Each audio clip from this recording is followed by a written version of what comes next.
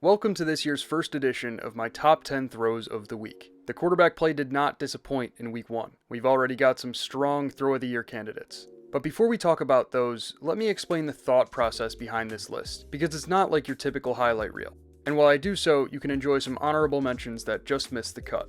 I call these episodes top 10 throws, but I want you to think of them more as top 10 pass plays by quarterbacks. The pre-snap process matters, the post-snap process matters, and the situation matters. Throws that followed pre-snap coverage recognition or post-snap eye manipulation are going to be evaluated differently from throws that didn't. Throws that happen late in close games or on key third downs are, again, going to be evaluated differently from throws made in low leverage situations. Rather than just evaluating the throw, we're going to look at the context, which I promise you makes this much more interesting than it would be if we ignored everything but the throw. I watch the tape for these videos on Mondays, so plays from Monday Night Football are unfortunately excluded.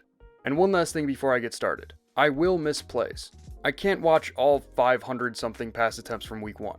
I did my best to include all of the best throws of the week, but feel free to flame me in the comments for the ones you don't see, or for the order I decided on. With that out of the way, I'll get this started with my pick for the number 10 spot, which is Josh Allen's final pass attempt in an all-time great comeback win against the Ravens on Sunday Night Football. It's first down on the Baltimore 34-yard line, and the defense shows a clear zero blitz look with everybody up on the line of scrimmage except for the corners and the free safety. Pre-snap, Allen identifies the cover zero look and changes Keon Coleman's route at the line. This little tap of his hip with his left arm that you can see very clearly from the tight angle told Coleman to run an in-breaker against this off-coverage look. And that pre-snap process made everything easy post-snap. The blitz comes, Allen's ready for it, and he hits Coleman on time to put the dagger in Baltimore. At number 9, I have another dagger, this one delivered by Baker Mayfield late in Tampa's game against the Falcons. It's first down with just over a minute to go in regulation, and Tampa looks to attack this cover 3 look with a double post concept coming from the strong side of the formation. The call tells Mike Evans to run the intermediate in-breaker from the number 2 spot up top, and Emeka Egbuka to run the post route from the number 1 spot. Post-snap, Baker pump fakes to Evans to hold the post safety down, then places it perfectly over the safety into Egbuka's hands to go up 4 with less than a minute to go in the game. At number 8, I have another awesome throw from Josh Allen that also came on Buffalo's final drive of the game. The Bills get a man coverage look from the defense when they break the huddle, and the man call is confirmed when Dawson Knox goes in motion and is followed by Chidobe Awuzie.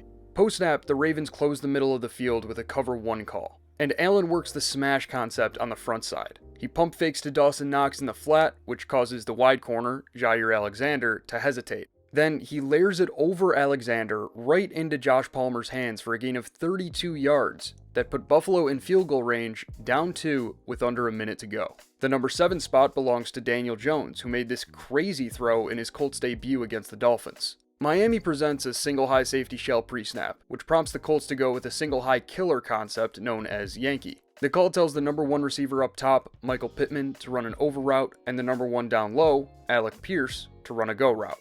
Post-snap, Jones first looks at the over route from Pittman, but checks off in favor of Pierce because he burnt Rasul Douglas at the line of scrimmage. Jones put this ball in a place where only Pierce could reach it, which was necessary because Minkah Fitzpatrick, the post safety, played this perfectly. But evidently, there's no coverage for a perfect throw.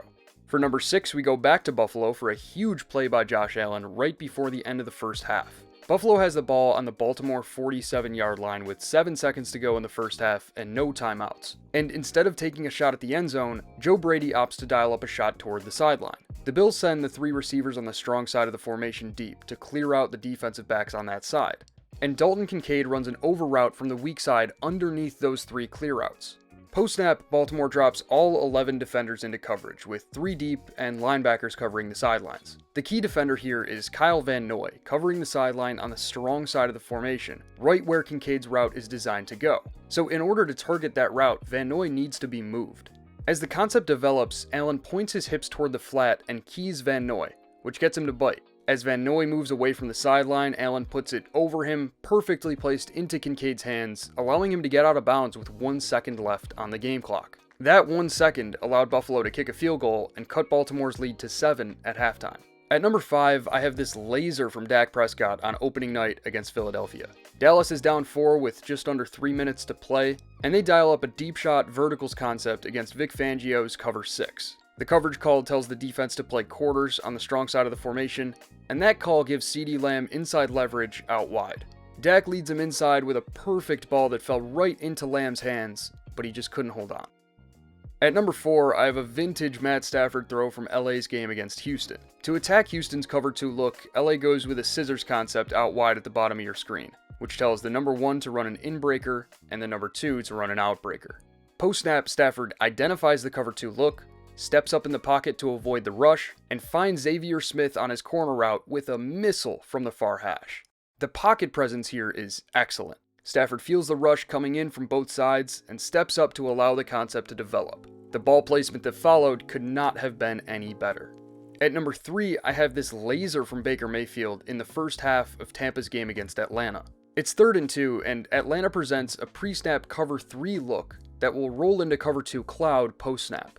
Tampa's downfield concept calls for a clear-out route from Mike Evans up top and a 3-level flood concept coming from the opposite side of the formation after a hard play-action fake. Post-snap, the concept puts a high-low stretch on the box safety, Jesse Bates. Baker keys the low read to hold Bates down, then fires it to Egbuka on the deep over route, just over the free safety for a 30-yard touchdown.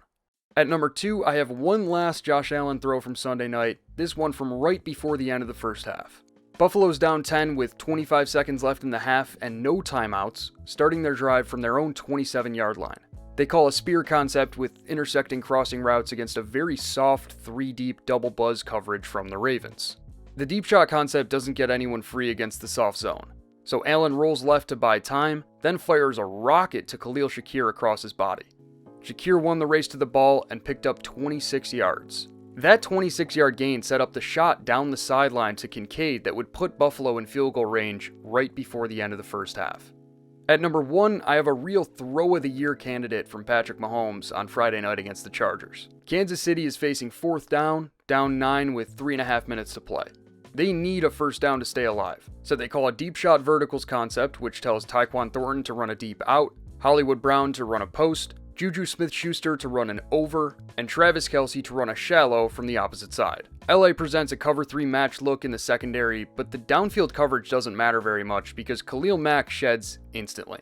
Before the downfield concept can develop, Mahomes has pressure in his face from Mack and has to improvise. While rolling right, pursued by Mack, Mahomes somehow finds Hollywood Brown all the way downfield for a gain of 49 yards to keep the Chiefs alive.